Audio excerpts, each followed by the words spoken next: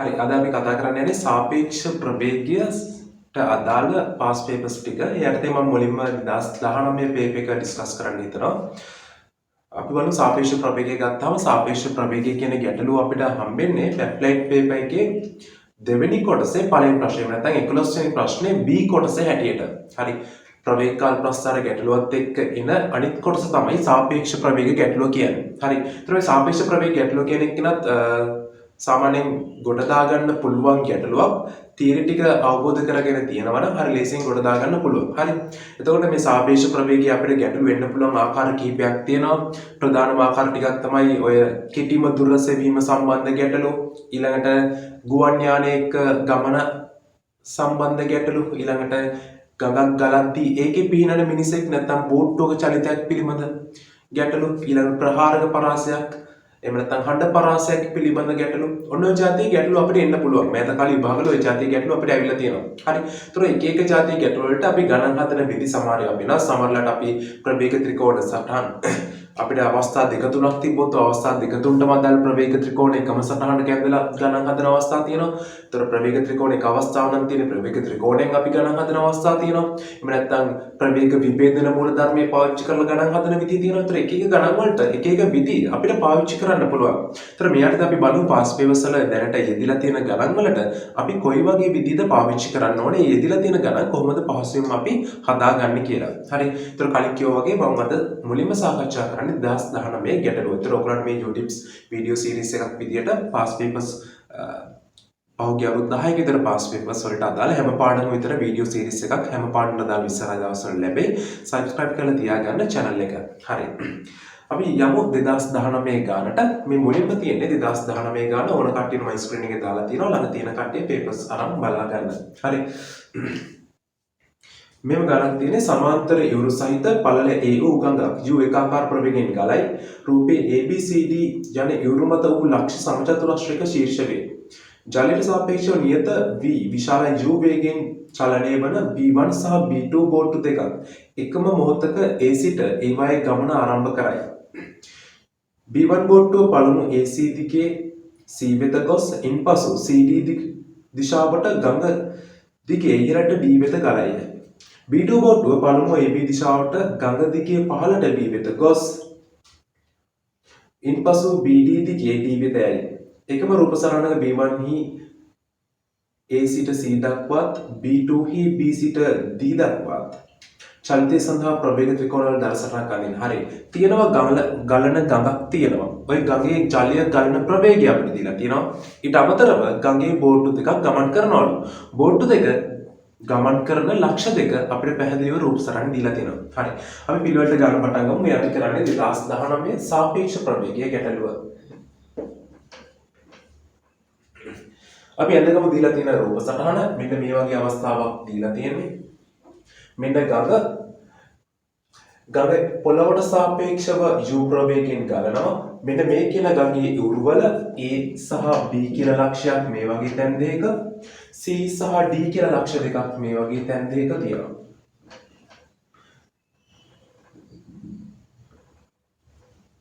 හරි.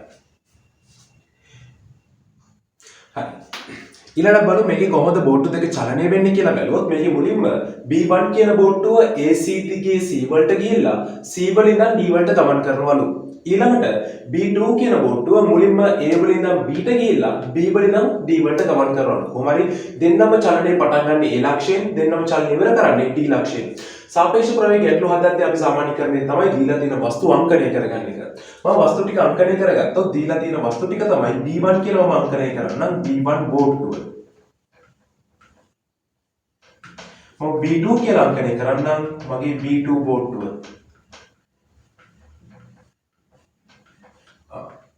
ඊළඟට E කියලා මම අංකණය කරන්නම් පොළව. ඊට අමතරව W කියලා මම අංකණය කරන්නම් ජලය. ඊළඟට දීලා තියෙන සාපේක්ෂ ප්‍රවේග ටික අපි සඳහන් කරගමු. මේක දීලා තියෙන සාපේක්ෂ ප්‍රවේගය තමයි U ගඟක් ඒකාකාරව ගලා බහිනවලු. ගඟක් U ප්‍රවේගයෙන් ඒකාකාරව ගලා බහිනවලු. ඒ කියන්නේ පොළවට සාපේක්ෂව මෙන්න මේ කියන ගඟේ නැත්නම් ජලයේ ප්‍රවේගය අපිට ගන්න පුළුවන් U කියලා. මොන දිශාවටද? ගඟ ගලන දිශාවට. හරි. ඊළඟට ජලයට සාපේක්ෂව නියත B ප්‍රවේගයෙන් තමයි B1 සහ B2 බෝට්ටු ගමන් කරන්නේ. ඒ කියන්නේ ජලයට සාපේක්ෂව B1 බෝට්ටුවේ ප්‍රවේගය සමානයි V. විශාලත්වය දන්නේ නැහැ. විශාලත්වය විතරයි අපි දන්නේ, දිශාව දන්නේ නැහැ. ජලයට සාපේක්ෂව B2 කියන බෝට්ටුවේ ප්‍රවේගය Vම තමයි. විශාලත්වය විතරයි දන්නේ, අපි දිශාව දන්නේ නැහැ. හරි. ඔය වගේ දත ටිකක් දීලා අපිට කියනවා B1 බෝට්ටුව මෙතන ඉඳන් මෙතනට කියලා මෙතෙන්ට යන්න, B2 බෝට්ටුව A ඉඳන් Bට ගියා, B ඉඳන් Dට ගියා. ඔය සඳහා ගත වෙන කාල ටික හොයන්න කියලා කියනවා. හරි. කොහොමද අපි ගැටලුව හදන්නේ කියලා බලමු. ඒතර ගැටලුව හදද්දී ඔයගොල්ලෝ තේරුම් ගන්න ඕන කරුණු කිහිපයක් තියෙනවා. මේ විදිහට ගලා යන ජලයක වස්තුවක් නැත්නම් බෝට්ටුවක් ගමන් කරනවා, නැත්නම් මිනිහෙක් පීනනවා. ඔන්න ඔය ගැටලුව දැනගන්න ඕන තීරිය තමයි මිනිසෙක් මෙන්න මේ ගඟේ ඉවුරු දෙකක් අතර ගමන් කළොත්, පීනගෙන ගියොත් නැත්නම් බෝට්ටුවක් පැදගෙන ගියොත් පොළවට සාපේක්ෂව මිනිසාගේ ප්‍රවේගය, එහෙම නැත්නම් බෝට්ටුවක් නම් ගියේ පොළවට සාපේක්ෂව බෝට්ටුවේ ප්‍රවේගයේ දිශාව ඔය ගමන් කරපු ලක්ෂ දෙක යා කරන රේඛාව ඔස්සේ තියෙනවා. ඉතින් උදාහරණයක් විදිහට A නම් B නම් මිනිහෙක් පීනගෙන ගියේ, මිනිසාගේ පොළවට සාපේක්ෂ ප්‍රවේගය A සිට B දක්වා තියෙන්නේ ওই දිශාවට තියෙන්නේ. හරි. ඒතර දැනගන්න ඕන දේ තමයි පොළවට සාපේක්ෂව මිනිසාගේ ප්‍රවේගයේ දිශාව තියෙන්නේ මිනිසා ගමන් කරන ලක්ෂ දෙක යා කරන රේඛාව ඔස්සේ. හරි. ඔක ඔළුවේ තියාගන්න. ඒතර බෝට්ටුවක් පැදගෙන ගිය බෝට්ටුවේ පොළවට සාපේක්ෂව ප්‍රවේගය තියෙන්නේ එයා ගමන් කරපු ලක්ෂ දෙක යා කරන රේඛාව ඔස්සේ. හරි. අපි මු ගානට. දැන් ගානේ අහන්නේ මෙන්න මෙයාට A සිට C දක්වා චලිතයේදී B1 බෝට්ටුවේ ප්‍රවේගය බව පෙන්වන්නලු, B සිට D දක්වා චලිතයේදී B2 බෝට්ටුවේ වේගය හොයන්නලු. ඒ කියන්නේ A නම් C ට යද්දී B1 බෝට්ටුවේ ප්‍රවේගය, B සිට D ට යද්දී B2 බෝට්ටුවේ ප්‍රවේගයත් හොයන්නලු. ඒ කියන්නේ පොළොවට සාපේක්ෂ ප්‍රවේගය ටික හොයන්න කියලා කියන්නේ. හරි. හොයමු. සාපේක්ෂ ප්‍රවේග සමීකරණය ලියන්න කාටද? පොළොවට සාපේක්ෂව බෝට්ටුවේ ප්‍රවේගයට. පොළොවට සාපේක්ෂව බෝට්ටුවේ ප්‍රවේගයට. මම මෙහෙම ගත්තොත් ඔයගොල්ලෝ මේ විදිහට ඔළුවට දාගන්න කරුණක්. සාපේක්ෂ ප්‍රවේග සමීකරණය ලියද්දී මෙන්න මේ කියන අනුපිළිවෙලට ඔයගොල්ලෝ සමීකරණය ලියනවා නම් ගාන හදන්න වඩාත් පහසුයි. මොකක්ද පිළිවෙල? දිශාව දන්න එක්කෙනාට ප්‍රවේග සමීකරණය ලියන්න. සමීකරණය ළඟට විශාලත්වය සහ දිශාව දෙකම දන්න කෙනාව ගන්න. විශාලත්වය විතරක් දන්න කෙනාව ඊට පස්සේ එකතු කරගන්න. හරි. ප්‍රවේග සමීකරණය ලියද්දී ඔන්න ඔය කියන පිළිවෙල අනුගමනය කරන්න පුළුවන් නම් ගොඩක් ගණන් පහසුවෙන් අපිට හදා ගන්න පුළුවන්. හරි. මම සාධාරණව බෝට්ටු දෙකටම අදාළ ප්‍රවේග සමීකරණ එකපාර ලියන්න. ඔක මම ලියලා මේ විදියට පොළවට සාපේක්ෂව බෝට්ටුවේ ප්‍රවේගයට මම මෙතන BI කියලා දානවා. එහෙම දැම්මේ නැහැ කියලා ප්‍රශ්නයක් නෑ. ඒතර I කියන එක කියලා 1 සහ 2. මේකේ I කියන එක්කෙනාට 1 වෙන්නත් පුළුවන්, 2 වෙන්නත් පුළුවන්. හරි. මේ දෙන්නට පොදුවේම එකක් ලියන්නේ. ඔක මම ලියන්න පුළුවන්. ජලයට සාපේක්ෂව BI ගේ ප්‍රවේගය ධන පොළවට සාපේක්ෂව ජලයේ ප්‍රවේගය. පොළොවට සාපේක්ෂව ජලයේ ප්‍රවේගය. ඔය විදිහට මට ප්‍රවේග සමීකරණය ලියන්න පුළුවන්. හරි. ඊට පස්සේ අපි ආදේශ කරගමු. අපි දන්නවා පොළොව ජලයට සාපේක්ෂව බෝට්ටුවේ ප්‍රවේගවල විශාලත්වය V. මෙයාගේ දිශාව දන්නේ නැහැ. විශාලත්වය විතරයි අපි දන්නේ. ඊළඟට පොළොවට සාපේක්ෂව ජලයේ ප්‍රවේගය අපි දන්නවා U. ওই දිශාවට. මම කියව ප්‍රවේග සමීකරණය ලියද්දී මෙන්න මේ පිළිවෙලට හදාගන්න කියලා. විශාලත්වය සහ දිශාව දන්නේ කියන සමීකරණය ළඟට ගන්න. හරි ගමු. මෙයා තමයි විශාලත්වය සහ දිශාව දන්නේ කියන එයා අපි සමීකරණය ළඟට ගමු. මෙන්න විශාලත්වය විතරක් දන්නේ කියන එයාව ඔතනින් තියාගමු. මම හිතන්නා මෙන්න මෙයාව PQ කියන දෛශිකයෙන් නිරූපණය වෙනවා. මෙයා Q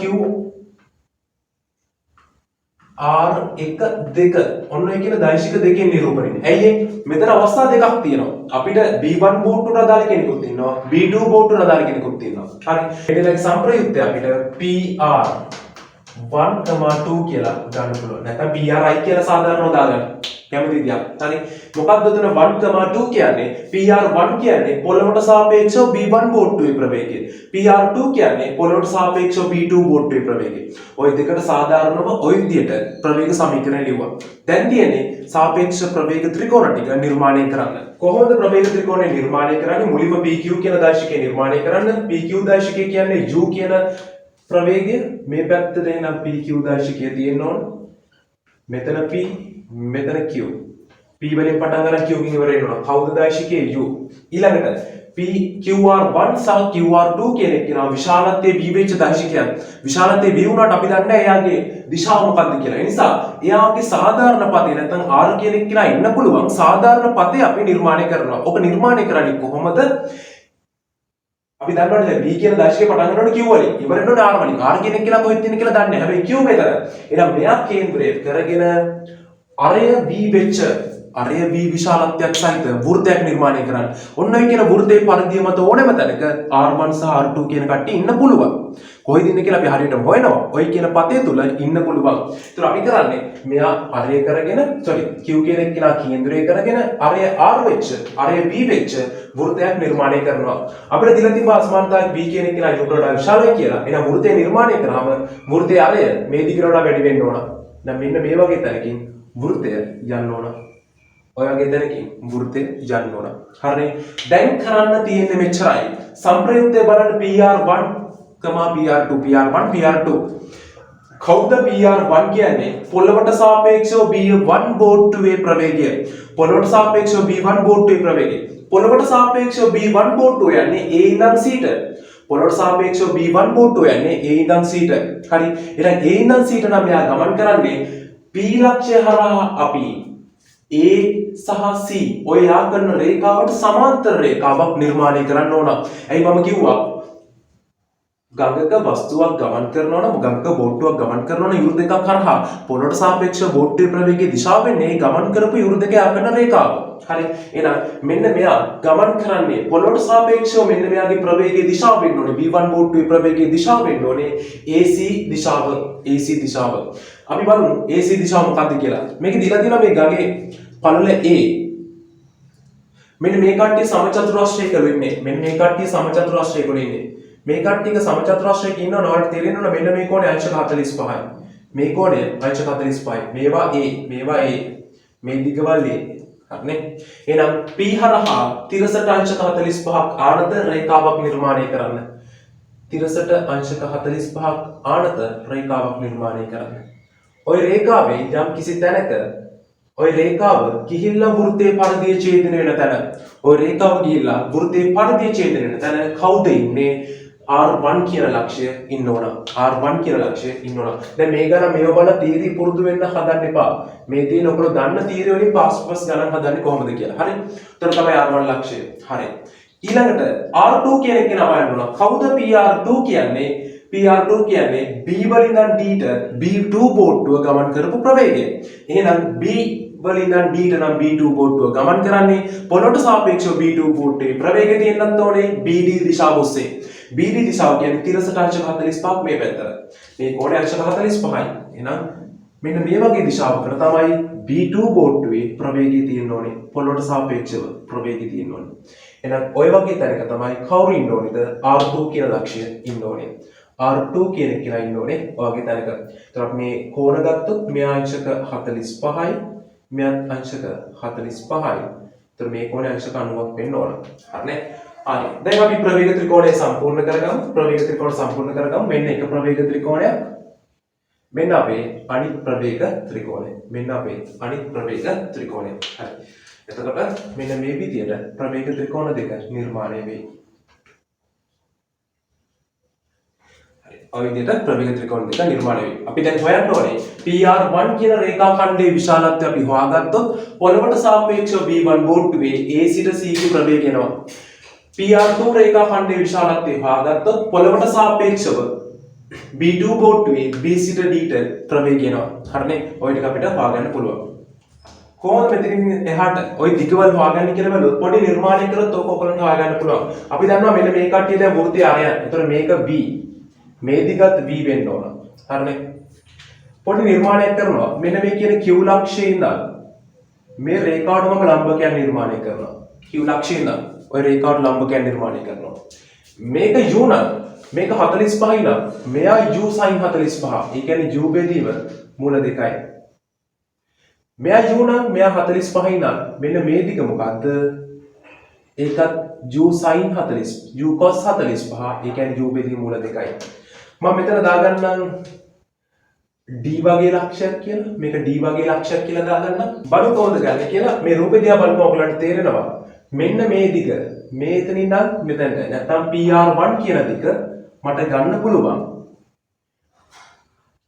PD ට එකතු කරා නම් හරි DR1 PD ට මම එකතු කරා නම් හරි DR1 කවුද BD කියන්නේ කවුද PD කියන්නේ U බෙදීම මූල දෙකයි U බෙදීම මූල දෙකයි කවුද DR1 කියන්නේ DR1 කියන එක නම් මෙන්න මේ කියන ඍජු කෝණී ත්‍රිකෝණයෙන් ගන්න පුළුවන් මෙන්න කර්ණය මෙන්න සම්මුඛ පාදය නැත්නම් මේක පාදයක් මේ පාදෙ දිග ගන්න පුළුවන් මෙයා ගත්ත හැකි මට V වර්ගය ඍණ U බෙදීම මූල දෙකේ වර්ගයේ වර්ගමූලයෙන් ඔය විතර ගත්ත හැකි මේක සොල් කරන්න U බෙදීම මූල දෙකයි ධන V වර්ගය ඍණ U වර්ගයේ බෙදීම දෙක මෙයාගේ වර්ගමූලය පොදු හරය ගන්න දෙකේ ඉලක්කම එතන එනවා U ධන 2යි V වර්ගය ඍණ U වර්ගය බෙදීම මූල දෙකක් කියලා ඔය වගේ උත්තරයකේ මේ කවුද PR1 කියන රේඛාවේ විශාලත්වය PR1 කියන රේඛාවේ විශාලත්වය තමයි කවුරු වෙන්නේද පොළවට සාපේක්ෂව B1 ගේ A සිට C දක්වා චලිතයේ ප්‍රවේගයේ විශාලත්වය වෙන්නේ හරි එතකොට මේක අපිට ලියන්න පුළුවන් පොළවට සාපේක්ෂව A සිට C දක්වා B1 ගේ ප්‍රවේගය පොළවට සාපේක්ෂව මම මේ ටික මකන්නම් මෙතන අපි හොයාගන්න ටික මම මෙතන ලියන්න පොළවට සාපේක්ෂව B1 ගේ ප්‍රවේගය A සිට C දක්වා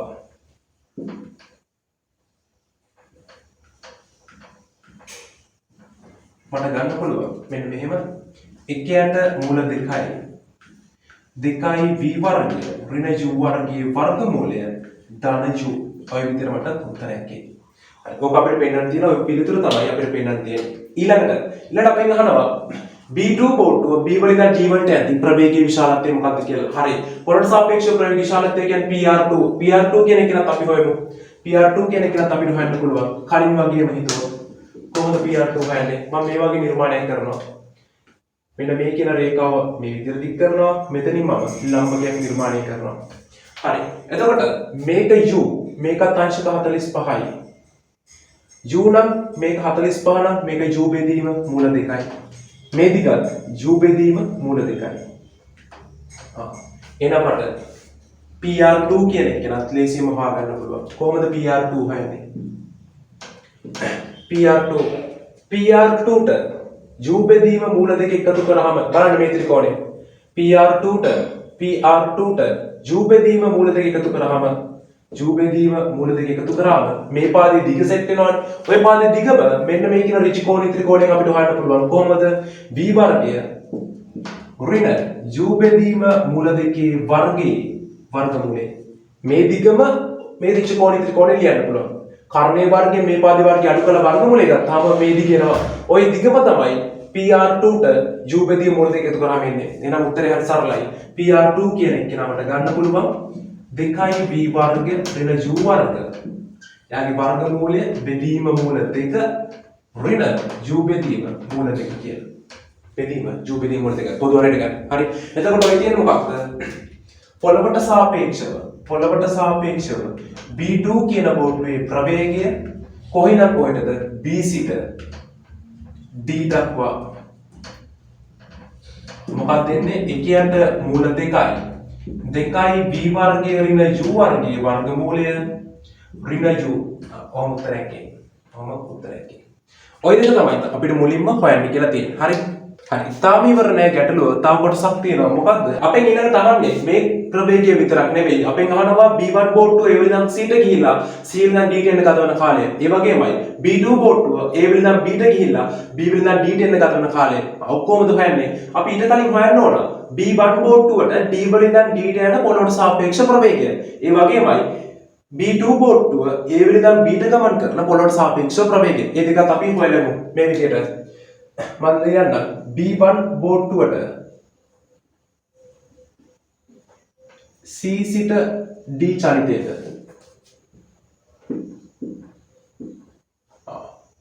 C ඉඳන් D ට යන්න සාපේක්ෂ ප්‍රවේගය හොයන්නේ පොළොවට සාපේක්ෂව B1 බෝට්ටුවේ නම් පොළවට සාපේක්ෂව B1 බෝට්ටුවේ ප්‍රවේගය අපිට නිකම් හිතලා ගන්න පුළුවන්. බලන්න ගඟ ගලන්නේ මේ පැත්තට බෝට්ටුව යන්නේ මේ පැත්තට B. එහෙනම් උත්තරේ මොකක්ද? V ඍණ U.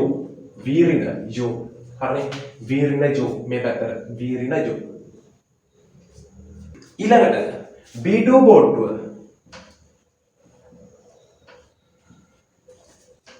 A නම් Bට A සිට Bට චලිතයට A නම් Bට B2 බෝට්ටුව ගමන් කරන්නේ මොන ප්‍රවේගයෙන්ද? බලමු පොළොවට සාපේක්ෂව B2 ගේ ප්‍රවේගය අපිට ගන්න පුළුවන්. ජලය ගලන්නේ මේ පැත්තට බෝට්ටුව යන්නේ මේ පැත්තට. එහෙනම් සාපේක්ෂ ප්‍රවේගය V ධන U. V ධන U. හරි. දැන් අපිට ඕන සාපේක්ෂ ප්‍රවේගයන් සියල්ල හොයාගෙන තියෙන්නේ. ගත වෙච්ච කාලය අපි හොයන්න ඕන. අපි දන්නා මේ ඔක්කොම ඒකාකාර ප්‍රවේගයෙන් යන අවස්ථාවේ තියෙන්නේ. ඒතර කාලය කියන එක නා S සමානයි UT වලින් ගන්න පුළුවන්. T කියන එක නා S බෙදීම B කින් ගන්න පුළුවන්. ඒතර ඔය S සමානයි UT නැත්නම් අපි චලිත සමීකරණ වල සියලුම දෛශිකයන් අපි ආදේශ කරන්න ඕනේ එකම රාමුවකට සාපේක්ෂව. එකම රාමුවකට සාපේක්ෂව. ඒ කියන්නේ S සමානයි UT කියන සමීකරණයේ සූත්‍රය තුල S කියන එක්කෙනා පොළවට සාපේක්ෂවත් ප්‍රවේගය කියන එක්කෙනා වෙන මොකෙකට හරි සාපේක්ෂවත් අපිට ආදේශ කරන්න බෑ. එතකොට S කියන එක්කෙනා විස්ථාපනය කියන එක්කෙනා පොළවට සාපේක්ෂව ආදේශ කරනවා නම් ප්‍රවේගය කියන එක්කෙනාත් අපි ආදේශ කරන්න පොළවට සාපේක්ෂව. එතකොට මේ B1 සහ B2 බෝට්ටු වලට පොළවට සාපේක්ෂ සියලු ප්‍රවේගයන් අපි හොයාගෙන තියෙනවා. එහෙනම් අපිට කාලය කියන එක්කෙනා ලේසියෙන් හොයාගන්න පුළුවන්. හරි මම මේක ගන්නම් B1 බෝට්ටුවට A සිට D දක්වා ගිහිල්ලා A සිට D දක්වා කියන්නේ මෙතනද කියලා මෙතන එන්නේ ගත වෙච්ච කාලේ T1 කියලා. ඒතකොට T1 කියන එක්කෙනා සමාන වෙන්න ඕන. T1 කියන එක්කෙනා සමාන වෙන්න ඕන මේ විදිහට A සිට C දක්වා යාමට ගත වෙච්ච කාලයයි C සිට D දක්වා යාමට ගත වෙච්ච කාලයයි. T1 කියන එක්කෙනා වල ලියන්න. A සිට C යනවා කියන්නේ ගමන් කරපු දුර මූල දෙකයි A. ගියපු ප්‍රවේගයෙන් බෙදන්න ඕන. පොළොවට සාපේක්ෂ ප්‍රවේගය PR1 අපි හොයාගත්ත කලින්. PR1 මේනේ PR1 කියන එක්කෙනා මේනේ PR1 කියන එක්කෙනා මේනේ PR2 කියන එක්කෙනා හරි PR1 ධන C සිට D යනවා කියන්නේ ගමන් කරපු දුර A බෙදෙන්න ඕන එයා ගමන් කරපු ප්‍රවේගය අපි හෙව්වා V ඍණ U ඔක තමයි T1 ඊළඟට මම ලියන්නම් B2 බෝට්ටුවට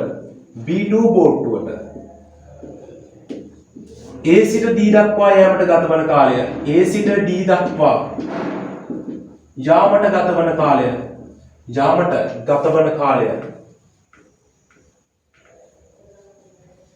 මම හිතන්නම් ගතවන කාලය T2 කියලා. මොකද්ද T2? A වලින් නම් B ට යන ගත වෙච්ච කාලය දන B වලින් නම් D ට යන ගත වෙච්ච කාලය. A වලින් නම් B ට යන ගත වෙච්ච කාලය කියන්නේ ගමන් කරපු දුර A ගියපු ප්‍රවේගය V ධන U අපි කලින් හෙව්වා. ධන B සිට D දක්වා යාමට ගත වෙච්ච කාලය කියන්නේ B ඉඳන් D ට තියෙන දුර මූල දෙකයි A බෙදෙන්න ඕන PR2 ගෙන් මේක දෙක. හරි අපේ ගැටලුවේ අහලා නැහැ ගත වෙච්ච කාල හොයන්න කියලා. අපිට පෙන්වන්න තියෙන්නේ දෙන්නම එකම මොහොතේ ඔතනට යනවා කියලා. දෙන්නම එකම මොහොතේ D දක්වා ගමන් කරනවා කියලා පෙන්වන්න තියෙන්නේ. දෙන්නම එකම මොහොතේ D වලට යනවා නම් දෙන්නට ගත වෙන්නේ එකම කාලයක්නේ. ඔක එකම මොහොතේ යනවා කියලා පෙන්වන්න අපිට පුළුවන් කාල දෙක අඩු කරන්න. උත්තරේ 0යි කියන්නේ කාල දෙක සමානයි. එහෙනම් කාල දෙක සමානයි කියන්නේ දෙන්නම එකම වෙලාවේ D ලක්ෂයට ගිහිල්ලා තියෙන්නේ. වැඩි පැහැදිලි ගොඩ දාමු. හරි. මේ විදිහට ගමු. මම කියන්න. දැන් මම සුළු කරන්න යන්නේ T1 ඍණ T2 කියන එක කියලා උත්තරේ මොකක්ද කියලා බලන්න යන්නේ. T1 ඍණ T2 T1 කියන්නේ මෙයා මූල දෙකයි A බෙදීම PR1 ධන A බෙදීම V ඍණ U. එයාගෙන් අඩු කරන්න ඕන T2ව A බෙදීම V ධන U ධන මූල දෙකයි A PR2 සුළු කරමු. මෙතනින් මේ දෙන්න එකටයි මම අල්ලනවා. එතකොට මට මූල දෙකයි A කියන එක කෙනා එළියට ගත්තොත් මෙතනින් සෙට් වෙනවා එකයට PR1 ඍණ එකයට PR2. මේ දෙන්න එක ළඟට ගත්තොත් A කියන එක කෙනා එළියට ගත්තොත් මට සෙට් වෙනවා එකයට V ඍණ U ඍණ එකයට V ධන U. ඔය දෙක සුළු කරගත්තා නම් හරි. අපි බලමු මේක තවදුරටත් සුළු කරමු. එතකොට මට මම සුළු කරන්නේ මෙතන T1 ඍණ T2 කියන එක කෙනා. T1 ඍණ T2 කියන එක අපේ නේද කියලා කරනවා. මූල දෙකයි A අපිට PR1 ට අපි කියනම දාගත්තොත් මට ආවේ 2V වර්ග ඍණ U වර්ග ධන U බෙදීම මූල දෙක. මම මූල දෙක උඩට දාගන්නම්. එතන මට එනවා මේ මේක 2V වර්ග ඍණ U වර්ගයේ වර්ගමූලය ධන U කියලා මෙයාට. මෙතනට ගත්තොත් PR2 කියන එක නා එයාගේ උඩට මූල දෙකක් එනවා යටට 2v වර්ග ඍණ u වර්ගයේ වර්ගමූලය ඍණ u ඔහොම එකක් එයි. තව කෙනෙක් ඉන්න අසුරු කරන්න මෙන්න මෙයා. මෙයා පොදු හරයට ගත්තොත් මට එනවා v ධන u ඍණ v ඍණ u බෙදීම v වර්ගය ඍණ u වර්ගය කියලා. බලන්න පොදු හරයට ගත්තාම ඉන්නේ v වර්ගය ඍණ u වර්ගය කියලා. ඔක සුළු කරමු. මෙතනින් එනවා මූල 2 2a. මෙතනත් බලන්න පොදු හරයට ගන්න. පොදු හරයට ගත්තාම ඉන්නේ වර්ග දෙක අන්තරයක්. මෙයා මෙයත් එක්ක ගුණ වෙනවා. මෙයා මෙයත් එක්ක ගුණ වෙනවා. ඒතර ඉතුරු වෙන්නේ මෙයයි කැපිලා ගිහිල්ලා උඩ ඉතුරු වෙයි 2u කියලා එකක් සුළු කරලා බලන්න. පොදු හරයට ගද්දී මේ උඩ කැලේ මෙයත් එක්ක ගුණ වෙනවා. මෙයත් එක්ක මෙයා ගුණ වෙලා මේ දෙන්න කැපෙනවා. ඉතුරු වෙන්නේ 2u කියලා කෙනෙක්. යට වර්ග දෙක අන්තරයක් සෙට් වෙනවා. මෙයාගේ වර්ගය කියන්නේ 2v වර්ගය ඍණ u වර්ගය වර්ගමූලයෙන් එනවා ඍණ u වර්ගය ඔහොම යන්නේ. ධන ඒ වතාවක් මෙතනින් මොකද්ද වෙන්නේ කියලා බලුවොත් b ට b කැපිලා u ඍණ u කියන්නේ 2u කියලා එකක් සෙට් වෙනවා. බෙදීම v වර්ගය ඍණ u වර්ගය කියලා එකක් එයි. හරි සුළු කරමු.